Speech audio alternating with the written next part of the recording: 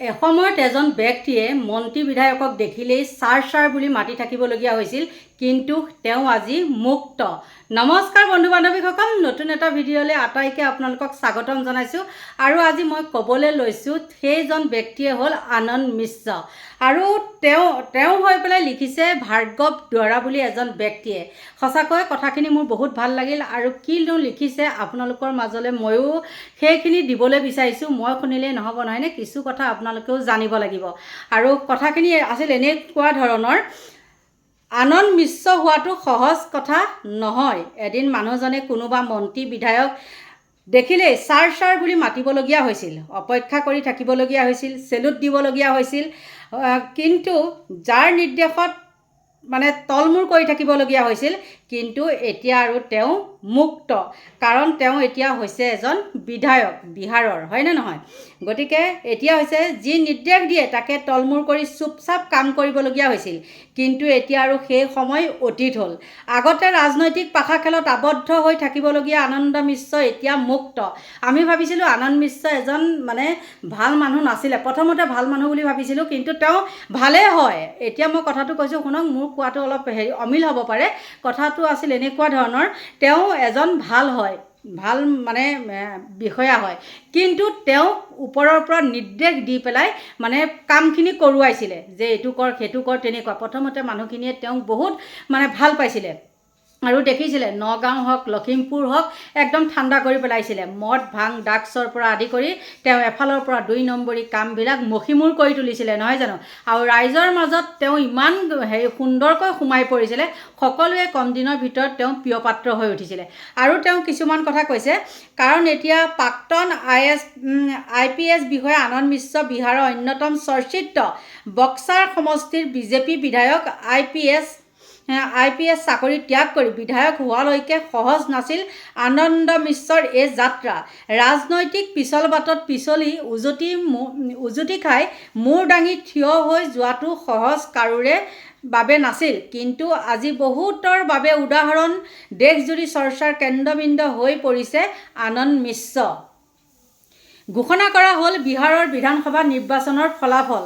সেই নিৰ্বাচনত বক্সাৰ সমষ্টিৰ 28,353টা ভোটত জয়ী হ'বলৈ সক্ষম হয়।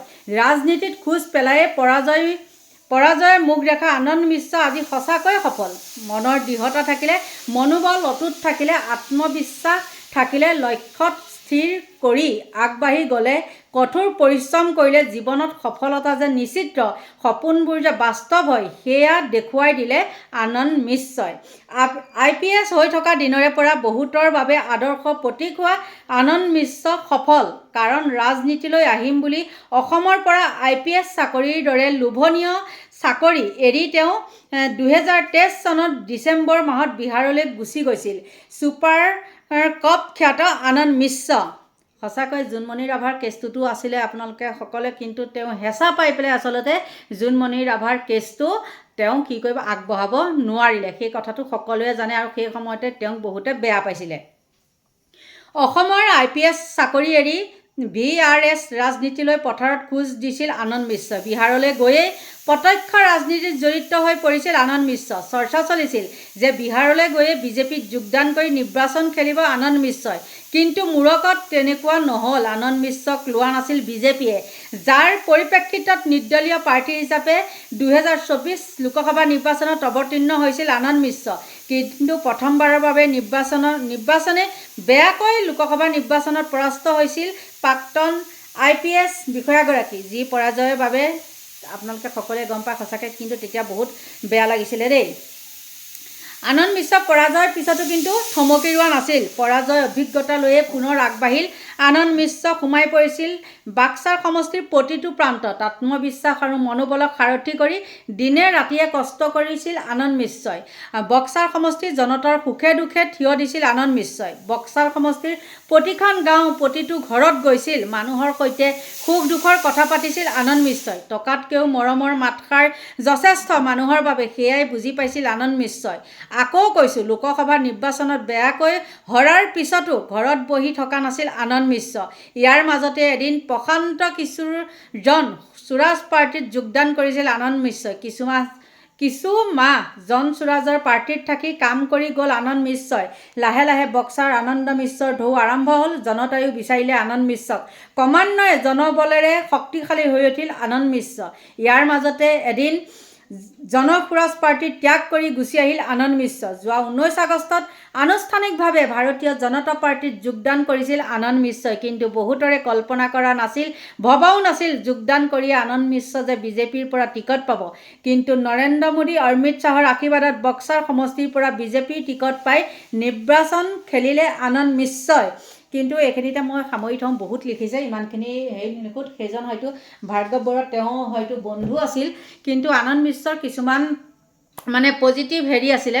কেনেকুৱা ধৰক জানেনে, মানুহৰ লগত একদম সহজে মিলি যাব পাৰে। চোৰেই হওক, ডকাইতেই হওক, তেওঁ সকলোৰে লগত আলুৰ দৰে পিটিকা হৈ পেলাই যাব পাৰিছিলে। আৰু মুখৰ হাঁহিটোৱে তেওঁক বহুতখিনি মানে উজ্বলাই তুলিছিলে। আৰু সঁচাকৈয়ে তেওঁ কম সময়ৰ ভিতৰত নগাঁওখনকো বহুত ঠাণ্ডা কৰি পেলাইছিলে। লখিমপুৰৰ কথাটো নকওঁ, তাততো সোণচোৰ বহুত আছে। আৰু গম পাইছিলে যেতিয়া নেকি জোনমণি ৰাভা মৃত্যু হৈছিল এক্সিডেণ্টত, আৰু সেই কেছটোতে আনন্দ মিশ্ৰও সোমাই পৰিছিল, আপোনালোকে গম পাইছে। আৰু হেঁচা প্ৰয়োগ কৰি তেওঁ হয়তো মানে অতিষ্ঠ হৈছিল।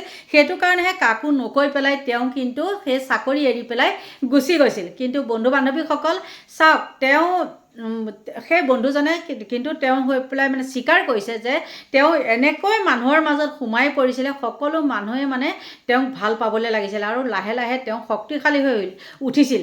আৰু সিদিনাহে তেওঁ বিজেপিত জইন কৰিছিলে। আপোনালোকে সকলোৱে হয়তো মানে পাইছিলে নিউজত যে আনন্দ মিশ্ৰই কাইলৈ বিহাৰৰ হেৰিত তেওঁ মানে কি হ'ব, বিজেপিত জইন কৰিব। আৰু বিজেপিত জইন কৰাৰ পিছতে তেওঁ টিকেটো পালে, জিকিও গ'ল, দেখিলে নহয়।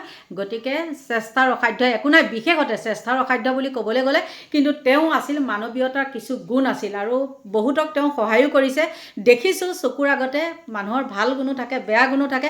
কিছুমানে সেই মুহূৰ্তত বেয়াকৈও কৈছিল, কিন্তু মই হ'লে কোনো দিনেই সেই আনন্দ মিশ্ৰৰ ভিডিঅ' মই আগতেও বনাইছিলোঁ, কিন্তু মই কোনোদিনাখনেই হ'লে বেয়াকৈ কোৱা নাছিলোঁ দেই। মানুহজনৰ কিবা এটা গুণ ভাল লাগে, মানে তেওঁ কিছুমান কথা ক'লে সেই কথাটোৰ ওপৰত তেওঁ গুৰুত্ব দিয়ে আৰু একশ্যন লয়, যোনেই নহওক। আৰু মই তাৰ প্ৰমাণটো পাইছিলোঁ। গতিকে বন্ধু বান্ধৱীসকল, বেছিকৈ ভিডিঅ'টো দীঘল কৰি গৈ নাথাকোঁ। ভগৱানে আপোনালোকক ভালে কুশলে ৰাখক। আৰু এতিয়া মোৰ ভিডিঅ'টো সামৰণি মাৰিছোঁ। Bye bye.